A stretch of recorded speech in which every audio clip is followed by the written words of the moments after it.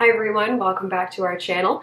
Bex here today to do a review, actually the first review for the Shelf Sisters series. If you're not sure what that is, I will link the intro video in the cards, but basically Les and I have each looked at the other person's bookshelves and picked 3 books for them that they must read in 2020. Basically a way for us to share our thoughts on more books, and then also to get us to read things that the other person knows has been sitting on their shelf for a while. And in my case, this is definitely that book. I am talking about The Welsh Girl by Peter Ho Davies.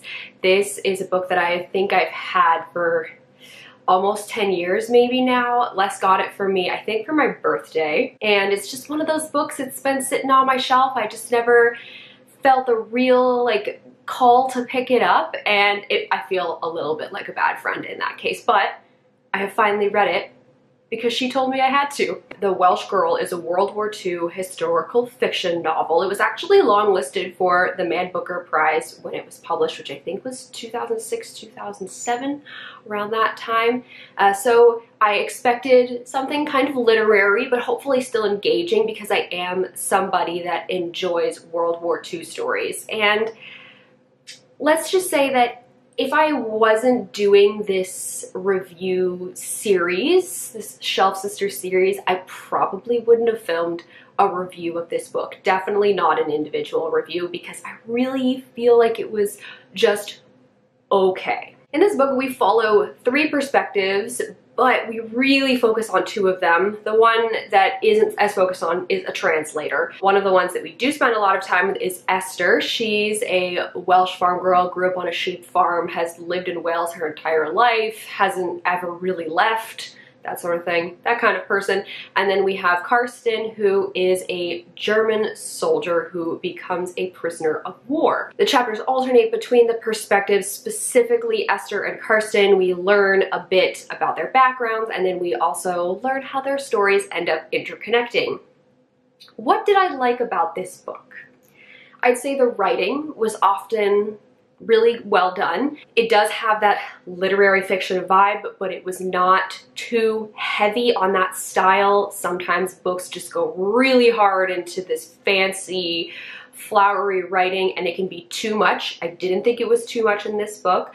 I liked the background of what was happening in the greater world, which isn't surprising considering I do like World War II stories. So having the backdrop of being towards the end of World War II, Karsten being a German soldier, wondering what's happening. Has Paris fallen? Is Berlin gonna fall? Especially when he becomes a POW and he doesn't really know what's happening. And then we also have Esther's point of view, being sort of on the home front and looking at the sacrifices that her townspeople and her family have to make in order to hopefully win the war. That was all good. The characters and the connections that they end up having with each other, I liked those as well. I thought they were quite well done. This is a very character-driven book. I also just liked getting the snippets of daily life of what it might have been like to live on a Welsh sheep farm in the 1940s and what life was like in a small Welsh village. I don't think I've ever read a book set in Wales before, so this was a lot of new insight for me. In terms of things that I didn't really like about this book, I didn't really see the point of that third perspective, that translator. He kind of just is at the beginning and the end of the book, and although for telling the story it was handy in some ways, I really don't know if it was even worth having him in there. Another thing that I felt kind of weird about with this book was Esther, as a 17-year-old girl, is basically taking care of her widowed father, as well as an evacuee boy that they've got from England.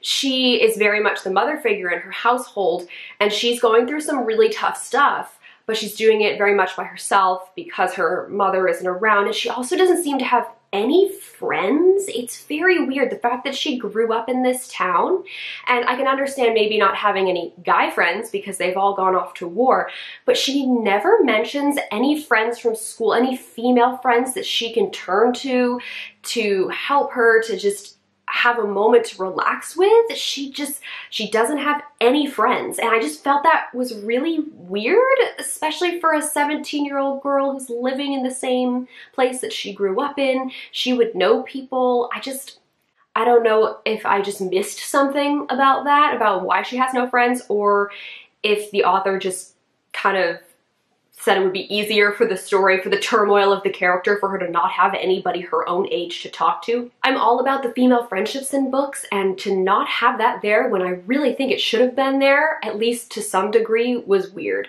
When I was reading the epilogue to this story, it was really, you know, pulling on my heartstrings, playing with my emotions a bit. So I think when I finished the book, I was feeling a bit sweeter towards this than when I was actually reading it. But I really do think this is a 3-star book. It's fine. I think some people, depending on what kind of stories you like, this could definitely be something more for you. I mean, the reviews tend to be in the 4-star range on Goodreads, and I can totally see why. But I think for me, there was just not that little extra bit that kind of pulled me towards the story, made me want to pick it up. The characters, well written and well fleshed out, were not particularly exciting for me. I didn't feel a super amount of connection to them, although I did like their connections to each other. Les, I'm sorry I didn't like this more. I know you picked it out for me because you thought World War II book, I'm probably gonna like this. And unfortunately, it was just sort of meh, it's all right. 3 stars. I'll probably forget a lot about it by the end of the year.